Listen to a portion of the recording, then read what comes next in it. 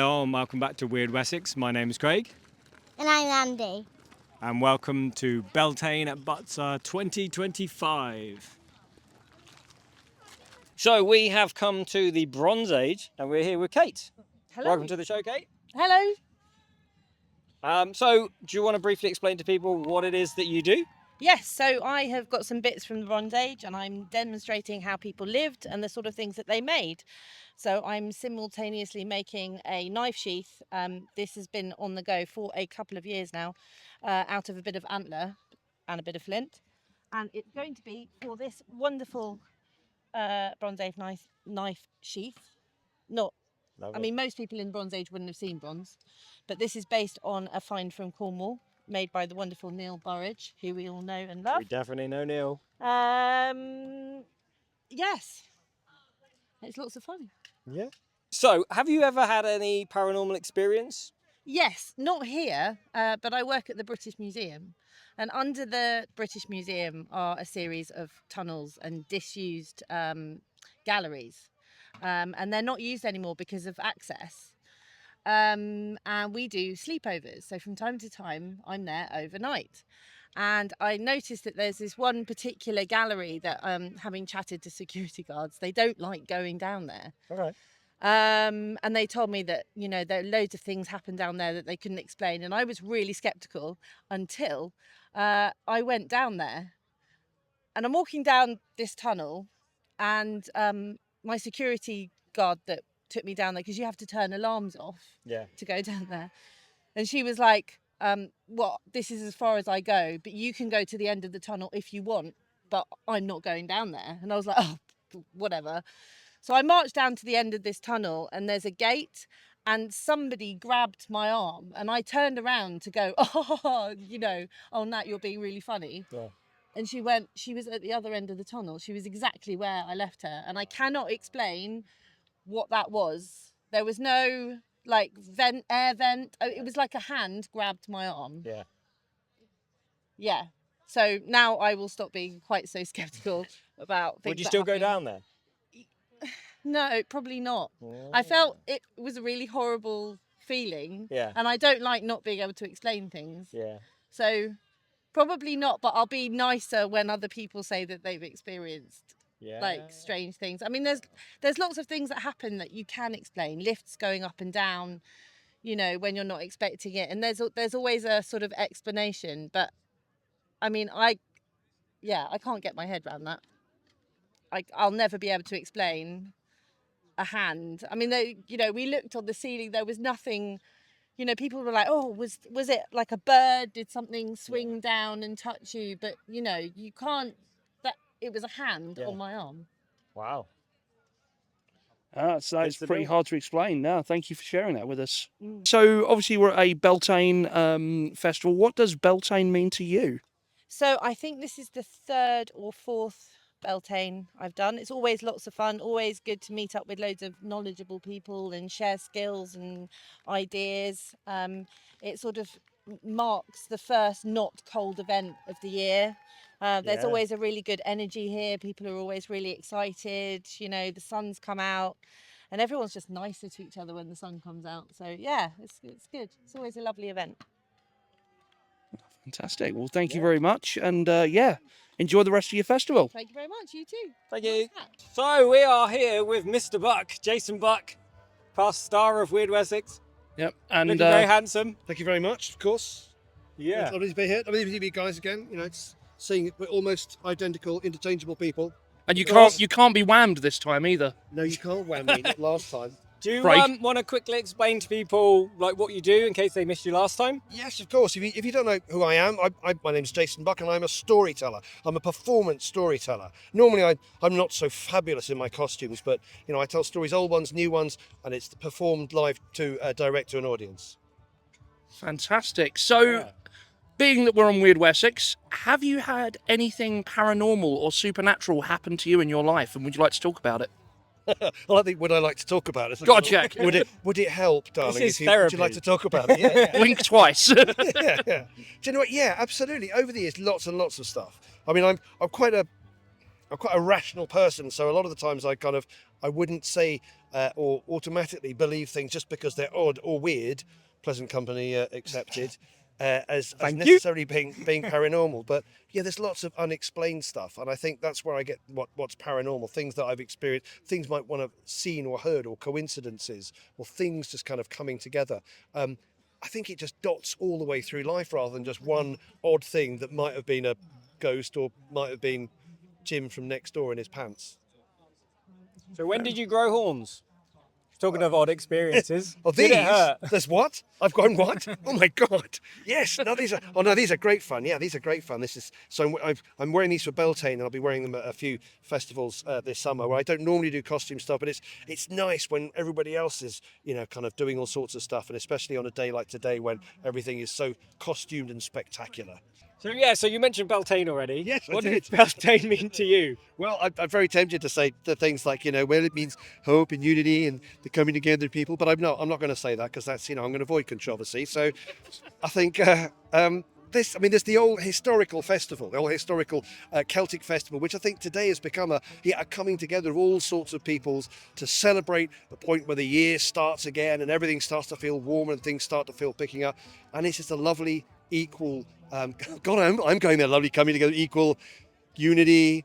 But it's lots of different people all coming together and enjoying each other, and do no harm, and it's for lots of peace and love, man. Being a bit weird.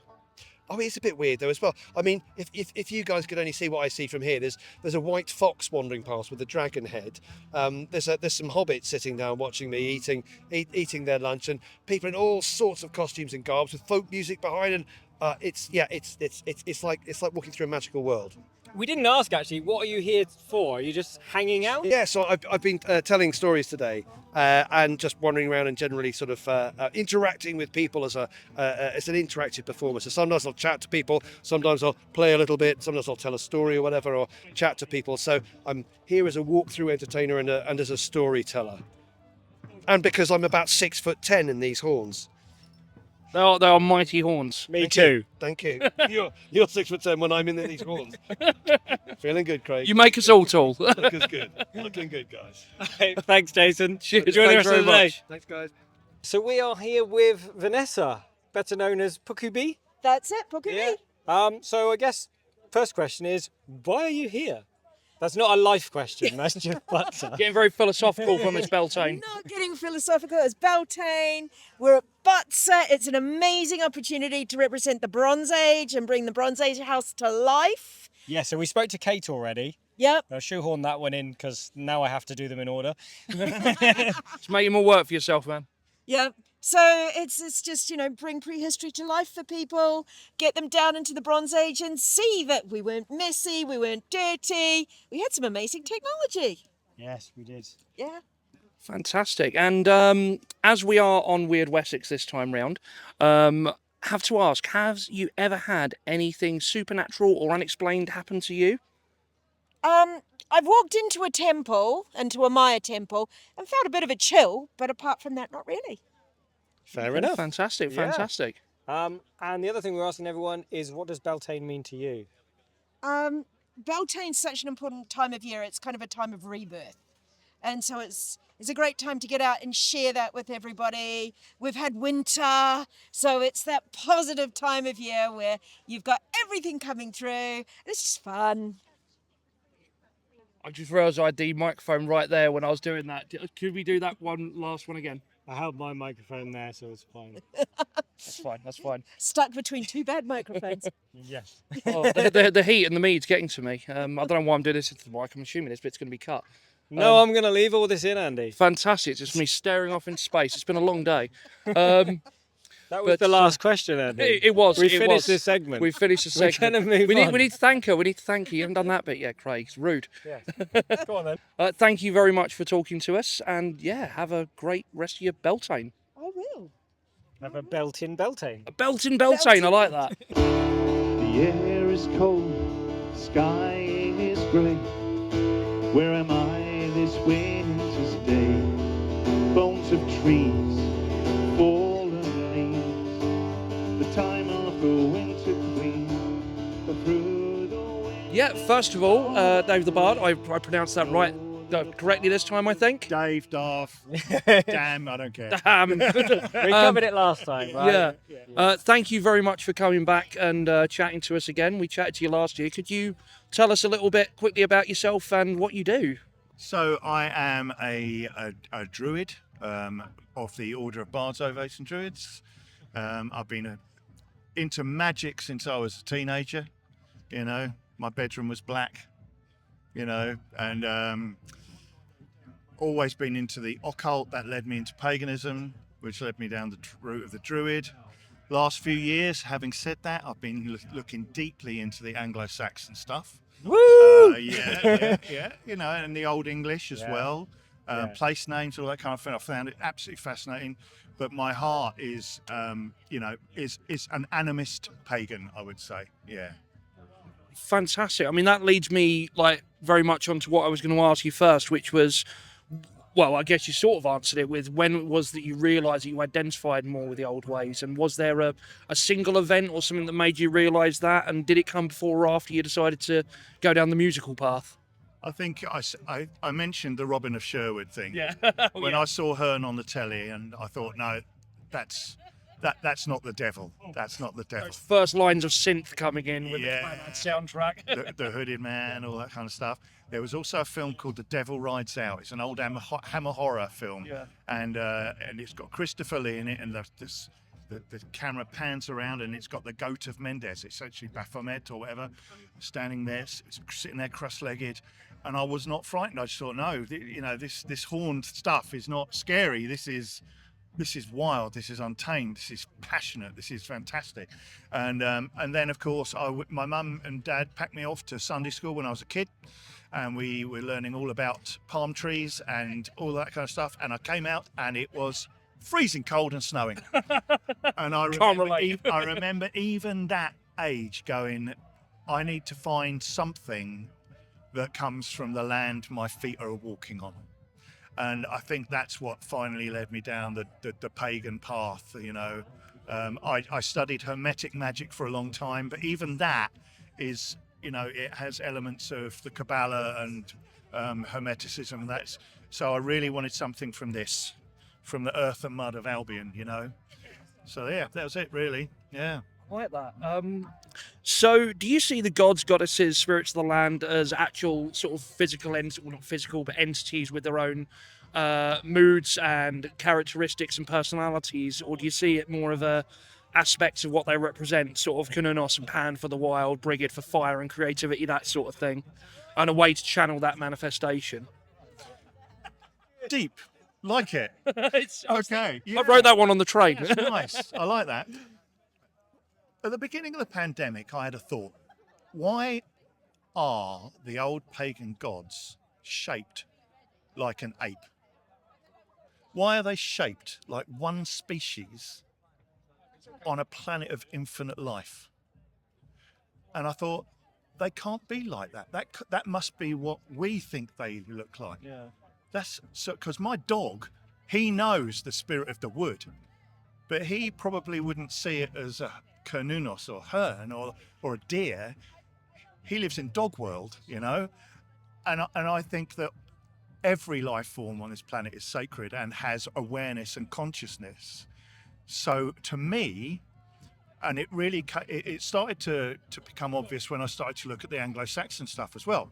For years, decades, I have looked at the sea and I have seen Llŷr, the old Brythonic god of the sea.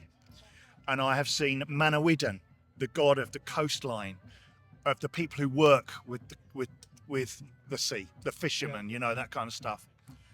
And then when you look at the Norse and Anglo-Saxon, you have Ran and Eir, and you have Njord, you know. And I just thought they are just the names, the two different names that these cultures have given the same spirit of the ocean. And I don't see the spirit of the ocean like some striding, you know, human being. It's the ocean, you know. And so to me, although I can visualize and personify the horned god and the green man of the woodland, that spirit of the woodland is so far beyond just that one image. You know, that spirit of the woodland is known by the birds of the forest. It's known by all of the fox and the badger. It's known by every visitor to that forest knows that spirit and knows it in a different way that is peculiar to its own species. So no, I'm not a polytheist. I don't see the gods of ruling, the Asia ruling blah or anything like that, because it feels too human to me. And I realised that what I was doing was I might as well have been. It's more than that to me, you know. I like that. Why do you think that us as humans personify things in that way? Well, is it that we personify it, or is it that they show themselves in a way that we understand? I mean, Yeah. that's something that I was wondering. If I would understand, you've got another question. I won't answer it yet, but I've seen Old Horny at a ritual on the edge of the circle, and he looked like Old Horny because I'm a human, and I think that I think these spirits show themselves to us in ways we can comprehend and understand, I think. Yeah.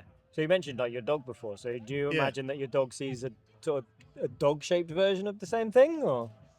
Or does he, because visually that's not their scent. Their scent is the way they see the world. And I actually think that dogs smell the spirits of woodland. Because they often You react know? to stuff. They stare at things. They bark Yeah, at they things do. that we They see don't things we don't see. see, don't they? And Yeah. so I do wonder whether Yeah. they see what we see, or if they see something in their own. What makes sense to them, I guess. Yeah, but I reckon so, and and that to me is animism. That to me is going beyond the human construct of what this is all about. Myths are ways of understanding nature. They're not a Bible.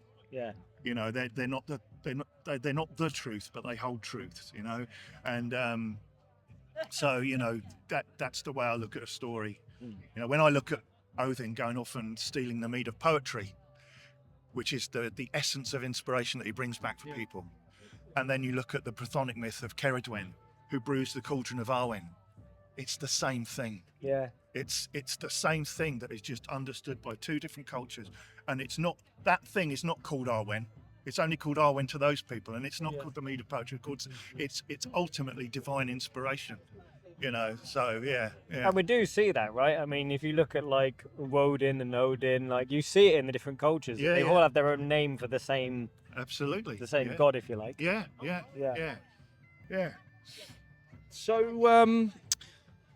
So it's a catch-all term, I realise, but sort of what we call paganism or sort of pagan ways, beliefs, it is one of the fastest growing religions in Western Europe, definitely in Britain. Why do you think that is? What do you think is bringing people back to that sort of? I think it answers questions for people. I think one of the main issues that people feel is a disconnect to the natural world. To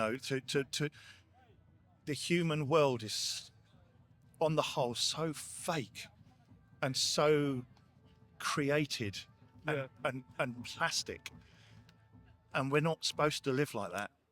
We're supposed to get our hands dirty. We're supposed to sit by a fire and contemplate fire, and and I think that paganism does that.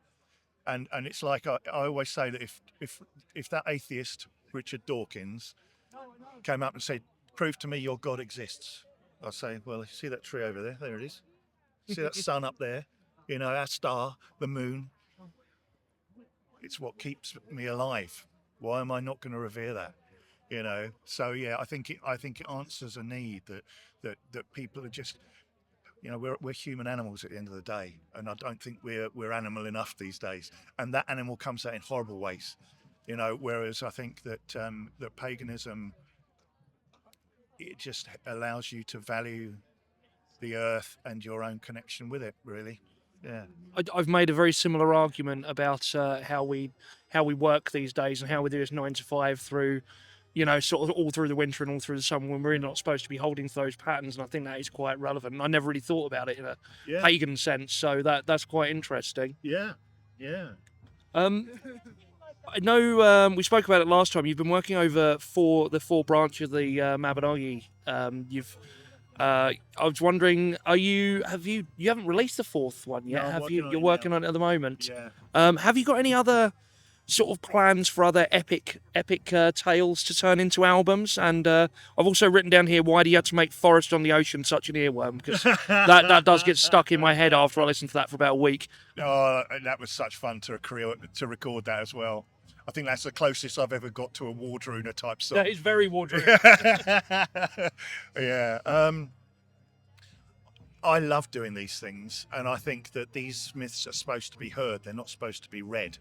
And I think that once I've finished with the four branches, I would love to look at some of the Eddas or Beowulf even, you know. Called it. You know, because I think that there's a big thrust of interest in Welsh mythology, and I think and Celtic mythology, and Scots people and Irish people and Welsh people can celebrate that, but there seems to be something wrong, and there's a barrier between Englishness celebrating old Englishness, you know, and the moment you say that, you think, well, you almost have to apologize for it. Yeah. And you shouldn't have to do that. We need to know our roots, and our roots are in our days of the week, you know. They're in our everyday language, you know. Yeah. We still speak that language. It's in a place names, you know. I went right down into the kind of place names, and Wick means farm, right? Yeah. Yeah. So Gatwick is goat farm. So somewhere under Gatwick Airport is a little goat farm. and I bet you most people don't know that that's what Gatwick means. What I like is the fact that goat farmer would never know that one of the busiest places of transport in the world, one of the biggest ports in the world, is his goat farm, and it's going to be named after that goat farm. Absolutely. And I think that, you know, I think it would be really good for people who speak this language, and, you know, to really take that interest in where it came from, you know, and without being apologising about it, you know, without excluding anybody or anything like that. And there you go. I'm instantly trying to No, exactly. justify. Yeah. We've had this discussion You know, on the podcast before. Yeah, and I don't. So you know, I think getting my teeth into like Beowulf Yeah. would be my No, a dragon tried that. yeah sorry. You know, but I think that would be a good thing to do that, you know, to bring that into the same realm as I've brought the four branches, really, with song and story and drums and all kinds of stuff. Yeah. It's on the cards. I mean, I love them. You know, I'm a bard. I love writing songs, but I really enjoy poetry and all kinds of creativity. So yeah. Fantastic. You got any others you want to? There's the kind of usual questions we've asked everyone. If you're I might have. done with your Well, again, you kind of answered one of them already. I was going to ask about the like how folklore and history. It should be a uniting thing. It can be quite a divisive thing, and part of that is that sort of apologeticness that people do have for Englishness or English history when it's, you know, sort of, and how I think you are bridging the gap quite nicely with that, because, you know, you've got some very good protest songs that very much show you're not misusing folklore or English history or anything like that. But in a way, you've got to keep going. You know, you can't just leave it to the far right to own this stuff. You've got to own it yourself, and you know, you've got to say, no, that's not what it meant. You know, that is not what it meant. And so yeah. I think that I think it's what makes us human, and it is when you just sit down under a star-filled sky by a campfire, and you just have that person say "what" or whatever, you know, listen, you know, and you turn and say once, you know, and they start to tell the story that could have happened at any age, at any time, and it's still happening now. And it's like, you know, it's like this song, Bear Dance, you know, it's an ancient old song, you know, but I love it. Yeah. It's I think it was Show of Hands did that song Roots, and it was, I've lost St George and the Union Jack. It's my flag too, and I want it back. And it was exactly about that, sort of taking that, reclaiming it back from the people who are misusing it for the racists and stuff. So right, and it's difficult. It's difficult because right now, particularly, it's but I don't think you have to go all in. Yeah, I don't think you have to go all in. I think you just have to. You just have to speak from the heart and make it edutainment. Edutainment. So it's entertaining, but it's educational at the same time. Yeah. So yeah, we've got a couple of other questions that we've been asking everyone for the most part today. Yeah. Do you want to do one? I feel like can take I've the been first hogging one. it for. No, it's all good. Yeah. So we're wondering whether you've ever had any paranormal experiences. Yeah, I think I mentioned one just now. So we were holding an ovate initiation. Ovate is like it's the hidden school of druidry, really. You say what's a bard to people, and they'll go, "Oh yeah, I know what a bard is." What's a druid? Yeah, White Wellies, Stonehenge. What's an ovate? Tumbleweed. People just an ovate or vartes are like they are the druid witch. And the tree associated with the ovate is the yew. It's all about the underworld. It's about that kind of stuff. So you can imagine that an ovate initiation is pretty deep. And we were saying, and I looked over as I was talking to this initiate, and I just looked straight into the woods, and as clear as day were these antlers, and it was not a deer. It was not a deer. It was human sized. And I just said to her, I said, "We're being watched. Turn around." And she turned around, she saw it too. And we just literally bowed our heads and just carried on going. And so that was pretty pokey. That was intense. I think the thing with paranormal is, where do you place it? Because a lot of these things are synchronistic. It's like we were doing a bardic initiation down by some willows, and you right by this lake, and a beautiful barn owl just came in and just sat on the top of a branch in the circle, and watched the whole thing. That doesn't normally happen. That doesn't normally happen. Now, you could say that's a coincidence, but I just think if you work magic, don't be surprised when things like that happen. Because it's like nature turns around and go, I remember you, and you remember me. Okay, I'll acknowledge you, by doing this kind of thing. So I think, like I say, the horned god thing was particularly spiritual, but there've been things like the owl over the years that have just made you. When you uncast a circle, it gets cold. Yeah. It's and it's not just you. The whole circle suddenly goes, and what have you removed? So is that a paranormal experience, or is it just a magical part of working magic as a magician? So yeah. We've been asking people what Beltane means to them. We actually asked you that when we caught you last time, I think. So I did have a variation on that. Go for it. If you want to know what Beltane means to Damh the Bard, you got to go and watch the last Beltane episode. Have you got a favourite sort of turn of the wheel event? I mean, obviously they all were special in different ways. Have you got a particular favourite that you were close to, and why? And what's your, what the reasons, if so? I really love the winter solstice because I cannot stand the dark. And although I know that it's going to get colder, I know that the light is getting lighter from that moment onwards. So going out and watching the winter solstice sunset and a sunrise, if there is one, there's not always one, is there? I mean, it's there somewhere, but it's, I love the winter solstice, which is weird because my favourite season is spring and summer.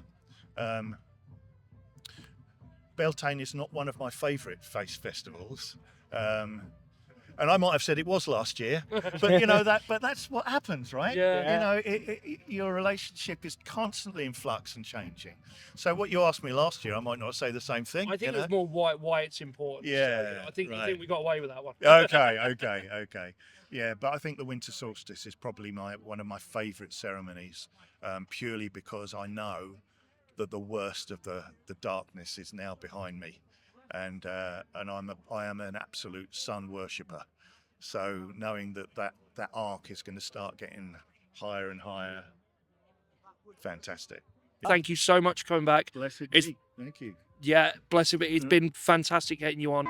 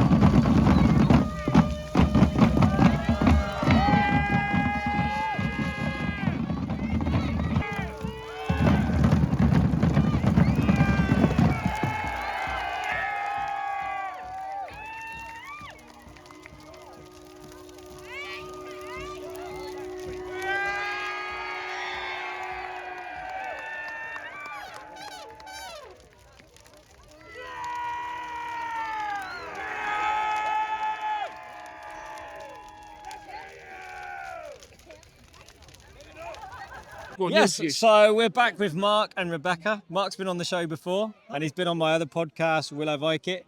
So we're going to kind of skip over the intros a little bit. But I thought maybe first you could tell us how you think today went based on kind of the way you've built it this year. Wow. I think it went really well. It I think it was a really good burn.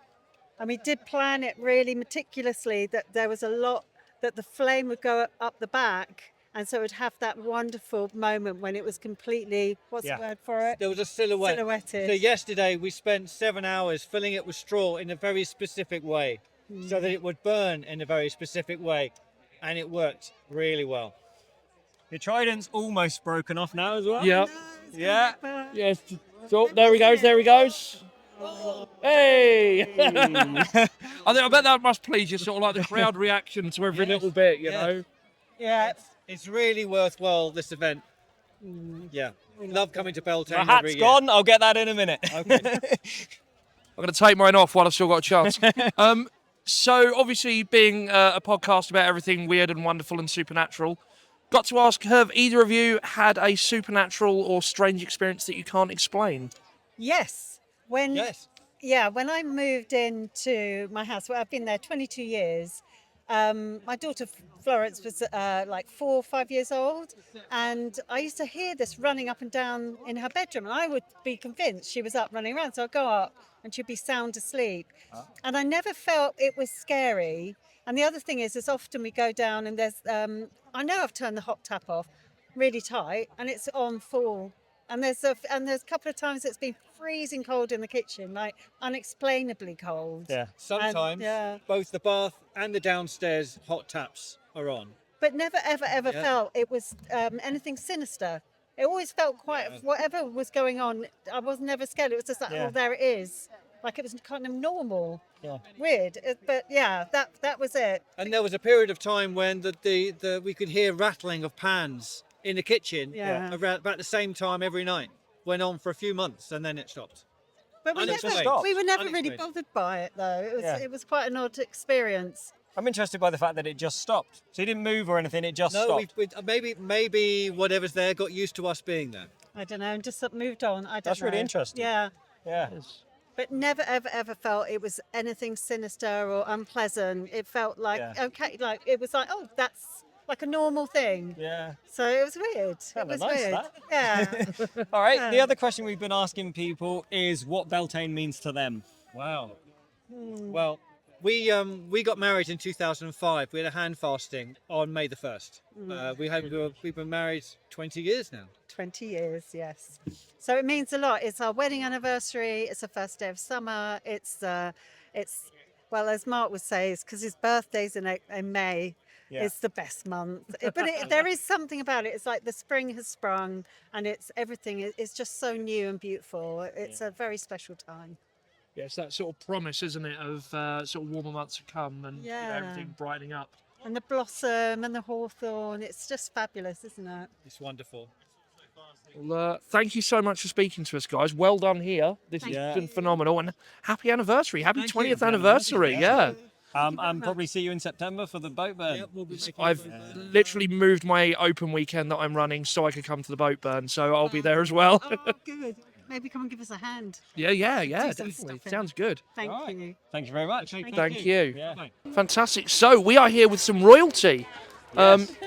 If you could introduce us, who you are, Your Highnesses, I guess, and what you're doing here today. Well, I am the May Queen and I represent the feminine element of Beltane. And I am the Green Man, who this time of year I am in the Oak King guise. Fantastic. He's the berry man. He's the berry man. We'll explain later. Yeah, so we've been asking people kind of the same thing all day long. So the first one is whether you've ever experienced anything paranormal. Okay, I definitely have, yeah.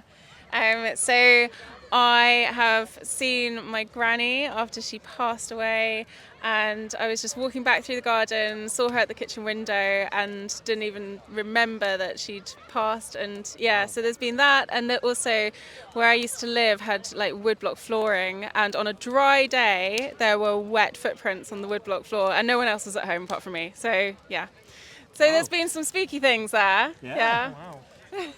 So in a previous life, I used to be in the British Army, and we were on exercise Never guessed from you. Hence the ghillie suit. at Edge Hill, which is it used to be a Civil War battlefield. And I was on a nighttime stag duty, just sitting about doing nothing. And I saw what in front of me was a open field with people on horseback, soldiers milling about, and when the dawn broke, when I was still sitting there, in front of me all was just a grass bank. So there was nothing, I could not have seen an open field, but I definitely saw an open field with people on it. We're getting some good ones there. That was brilliant, both of you. Well done. I want to explore that more, but we'll move on. So, We definitely believe in the supernatural. Yeah. and There's definitely paranormal, something yeah. else. There is definitely something else. Yeah. Yeah, so I'm just kind of intrigued as to how you guys became the May Queen and the Green Man. Well, I think it was just destiny. The universe told us to do this, and of course, the magic would go if we told you the real story. Exactly. There is a story behind it, but we will leave it to the magic. Yeah, we just Maybe after a are. beer. Yeah, we just are the Green Man and his queen and his seasonal queen. So yeah, we just are. well, on that note, then I guess I've got to ask you, as probably the best people to ask. What does Beltane mean to you? It is the start of summer. It is an ancient fiery celebration to welcome in the summer, and we here at Butser doing this event and obviously setting fire to a massive Wicker Man. It's all pretty epic, and I think the symbology is as humans, we are just creatures on this planet, and we still have to follow the seasons. And why not have a big celebration to honour the changing of the seasons? And we should do that more during the whole of the year. Absolutely. And we can honestly say that the Beltane Festival at Butser Ancient Farm is such a friendly, welcoming event. Yeah. You walk around and we meet so many people, and everybody is smiley and happy at this event. It is a spectacular event. And we It's love the it. best. Yeah, definitely. Okay, I think that about wraps it up, doesn't it? Yeah. So thank you. Your Highnesses, Majesties, your green manliness. Really appreciate you speaking to us. Thank you very much. No worries. So yeah, that about wraps it up for this Beltane special. Yeah, it's been good. It's been good. Spoke to a lot of cool people, a lot of interesting people. Had some good stories. Their takes on what Beltane means, the folklore behind it. There's a lot to follow up on, I think. Yeah, I think we might need some of them on again. Absolutely. We'll twist some arms. We'll make it happen. So yeah, I've been Craig. And I've been Andy. And until next time, stay weird. Hey Andy, this is my podcast. Oh, fine. It's all right. I'm gone.